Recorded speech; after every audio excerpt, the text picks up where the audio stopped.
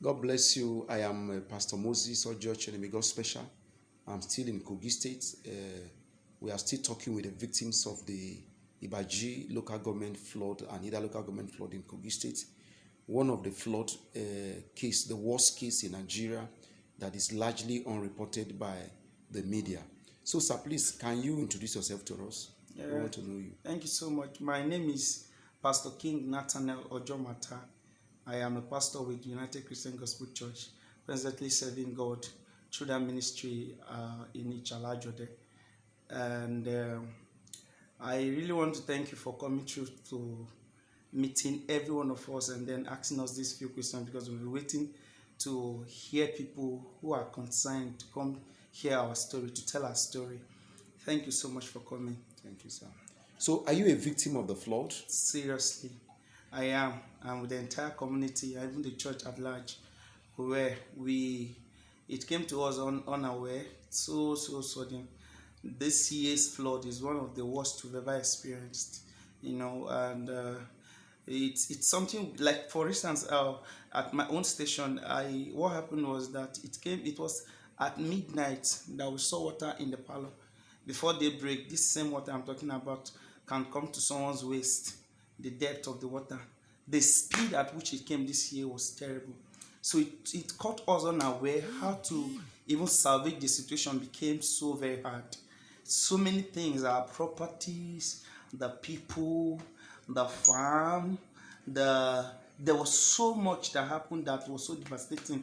In fact, the trauma alone was something that can actually take someone's life. I have so many stories to tell.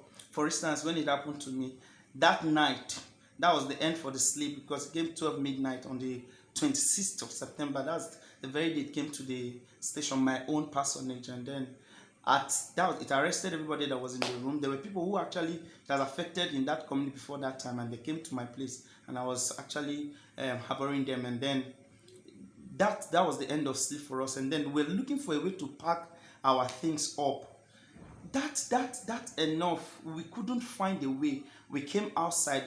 The water has already covered everywhere in the compound. The backyard, it has covered. So the best we could do was to lift up some things that were liftable, and then that was the most we could do that night, and just to stay up awake. We had ourselves soaked in the water, standing and possibly leaning on the wall to sleep throughout that night to the next day, being 27th of September.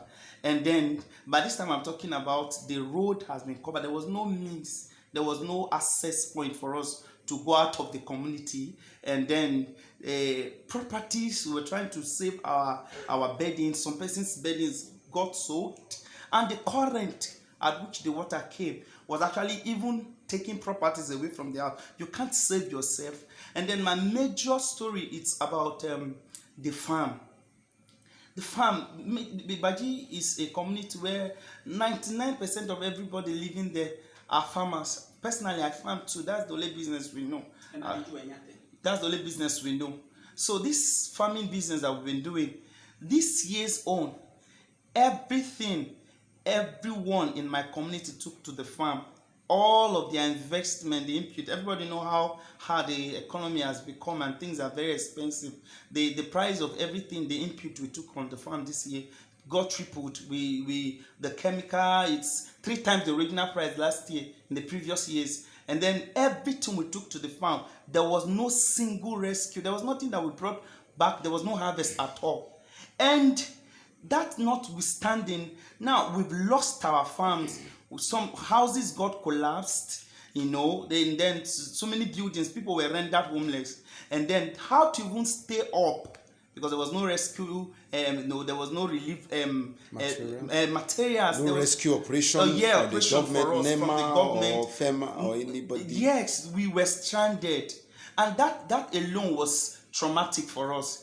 And then now there were people who were living, who had to, the only way they could switch to see a safe haven to sleep was to go to the roof. And then with this roof, they had some of their load packed, the ones they can actually move up. And there's some persons who were living on top of the trees, sleeping there with families. Some person had to construct artificial bed, go to a hilly ground, look for a way to do. And then now, with all of this that I'm talking about, I know there were people who who couldn't take it. They were living on loans. They farmed with money collected from community loans or bank loans, and this money, when everything got lost, to find themselves coming out of it was a problem. I know of a woman who sat thinking and shouting. She was lamenting about how she's going to ever come out of the loan. She gave up instantly. It was really, really terrible. She died. She died on the spot. Her body has not been buried, and then and several cases of people. Now, at that point, something happened. Several persons fell sick because of the trauma. Now, there was no medical aid from anywhere. Pastors will pray the best we can do and then try to comfort people. Even when we are in the mess, we don't know how best. We are living together as one family because, okay, the safe place we got to after every house is got covered was there's a story building in my community. Then we have to take the story building. That's where every family that couldn't find a place to go to were all staying. Now, to cook was a problem. We were all lining up to use a particular spot where we got, we constructed a more like a tree-like kitchen. We had it up and then constructed it, and then we come to cook one after the other, and then to go to toilet, everything was terrible. Now, my pain has been that this has happened. Now, the people whose houses they've lost, the people whose properties are all gone, the people who are living on loan, who right now are traumatized. Now the water has actually dried, and then now how then do we survive? How can these persons be helped? Personally, I as a person, it's a burden in my heart that it was to a point to pray became a problem. Even the church settings, we are still having problem to even gather people properly because people are traumatized, people are hungry. Some persons clothing, they lost their boxes. Some persons cannot even, like personally, I lost my certificate, my degree certificate, and then in the course of the flood, I found it after the water got dry because the flood came and then took the entire room, and then we're trying to save the people because other persons came to stay with me in that place. We're trying to save them, and then in doing so, I forgot I never picked my file, and then several things have happened. So we are calling out and begging that please, if there's anybody concerned, or anyone that is concerned who is listening to me right now, we are crying out to you. I'm saying this, I'm speaking the mind of everybody, both the widow, the orphans, the young ones, the youth, so many students, like in my church. I know families who have brought back their children from school because of school fees. There's no way they can continue, and there's no help from anywhere. So we are calling out to the government, calling out to non-governmental organizations and anybody concerned. Please, if you can reach out to us, we'll be grateful. Our major need is food, finance. We need money, we need food, we need any help whatsoever so that we can kick back, we can stand on our feet once again. So many stories. I know of a particular boy who lived on the tree throughout. And we know of people who the only thing they ate throughout was they found what's called gari. That's what they were soaking each and every day. And at a point, it got finished. For how long did you stay? We stayed for over a month and 2 weeks. Over a month and 2 weeks. In that kind of inhumane condition. I'm telling you, it was terrible. People, they went down there, several, they had many diarrhea. They were drinking that same water. There was no source of water. They were drinking the same polluted water that came. And people whose houses have been covered, some persons, every activity was in and outside the water. Everything was inside and outside. Then they had their legs decayed. There was no medical help. There was no way out. There was no way in. We were just stopped. Except those who had privileges and they went out. And people who had money, even when help came, the help was that you can pay for yourself. There were people who came with their speedboat. And then there's no money on you to pay and go out. And even if you go out of the community to the nearest community, which is either local government, now, there's no way. How are you going to live? How do you survive with your family? Where are you going to stay? Who is going to cater for you for the rest of? So some persons gave up and then they had to stay. And in staying, it was hell for them. Seriously, what I saw this year, I've never seen. Even the elderly ones, we've asked them, I don't think they've ever had any experience of this kind. It was terrible this year. But sir, let me tell you, why was the Ibaji flood not covered? The story is not heard like other places like that, Bayelsa, Benue, and some other places. What happened? I It's think, as if the Ibaji story was concealed, yes, not known. Much is not known, and that was why I was interested in coming to Ibaji land to yes, come and cover this story. I think the problem is we do not have voice. I feel that's our problem. The government, somehow, I don't want to say it's a political issue. We are not having people speaking for us. It's not as if we don't have persons, but I don't think they have our interests at heart. If not, this is something they know. The entire local government is covered. The entire local government had a major damage and disaster from this flood. If there's one particular local government that was totally affected in any area or aspect, was the Bagi local government. Till now that I'm talking to you, there are no schools functioning. There are no school. The road has been destroyed. The one they managed and we got, the one major road that we have, the water, the current of the water was too heavy. The heat it was given to it took off the entire tires and everything. Right now, we don't have access point to other places. Ibaji, and I don't know what was the problem. I only feel that the government was not really paying attention to us, and that's a major problem. It's even so pathetic, it's disheartening and troubling that we are hearing that our story has not been heard. Of the truth, there were no people, there were no persons coming to us as it were in 2012. And 2012 is not anywhere compared to 2022 experience of flood that we had this year. There were people in 2012 who came, they interviewed like you're doing right now, government bodies came and actually, but this year there was nothing like that. And they knew houses are covered, full flat, covered by this water. So let's say Ibaji people were actually abandoned, forgotten, and neglected in the time of their most calamitous time of their life, because Yes. you've not witnessed this, and it's like the government abandoned you. Everybody, you were just left to yourself to wallow and die in hunger, in affliction. It's so bad what you're saying. It's so So bad. terrible, so terrible. There are records of many persons. There was a particular woman. She fell sick in the course of this flood, and we're living together. And there was no money from any one of us to help this woman. And even if there was money on anybody, there's no means for us to get help. We were rendered powerless. There was no way we could help her.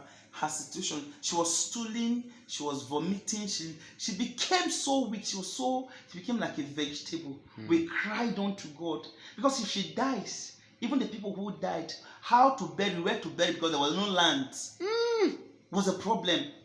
Was no land. So even the few persons that died in the process, there was no way. People trying to do artificial what is it called, preservation for them. And the water kept coming.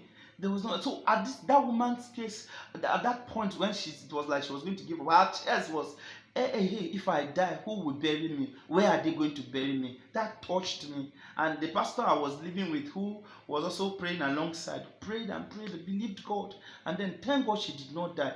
But that was how bad it was. That if anybody was to die or had died that time, there was no place to bury them. We had nobody coming for us. As I'm talking to you, if not God, we do not know what next to happen to us. It was like a closed chapter for all of us. And it's so surprising and troubling that this had never been reported in the media. So troubling, we don't even know who to cry to. The government seems close, their ears seems close to unto us, but we're just believing that God, who hears and sees us and sees the secret desires of men, will come true for us. Thank you, sir. All right, thank you. So, sir, I'm still with our brother here, the pastor. I remain a Moses Ojoche, a God special from the Global Christian Update. We are here to cry aloud, to give a voice to the plight of the Baji people in the midst of this their crisis. So, sir, what is your appeal to the Christian bodies in this your time of need? Thank you so much. I am appealing to the Christian body, as many of you who are with the very heart message of our Lord Jesus Christ, and whose message is to reach out to those in need. Please, we are begging you, that you come through for us. People are really in need. I'm talking on behalf, I'm speaking the mind of very many persons who cannot really stand and say what I'm saying now. There are persons with a better story and experience, but they may not have the opportunity I'm having now. But I'm begging you that you are hearing and listening to me right now. Please come true for us. If there's anything we are looking for, the gospel can still regain its strength. Is that please come true for us. We need finance. We need any kind of help you can give. We need alleviation. We need help like never before. We seriously need you, please. If you can hear me, please, this is all we are looking for. Just show us love. That's just all I'm saying. There's a way you can actually reach out to And how can somebody get across to you? Here, can you give us a description of your place? Yes. Which state and description? Now, my place is we are in Ibaji local government. A local government area of Kogi State, Nigeria. Ibaji is the local government, and then Kogi State is a state, and we are in Nigeria. And seriously, if anyone wants to reach out to us, please, through this media you're hearing me right now, please, you can reach out to us. And there's no any other information you need, we can possibly give it to you. Please, we are really in dire need of help. It's all right. Thank you so much, sir. I believe your message will be taken to the people out there. And I think the story is touching. People, collected loans to farm.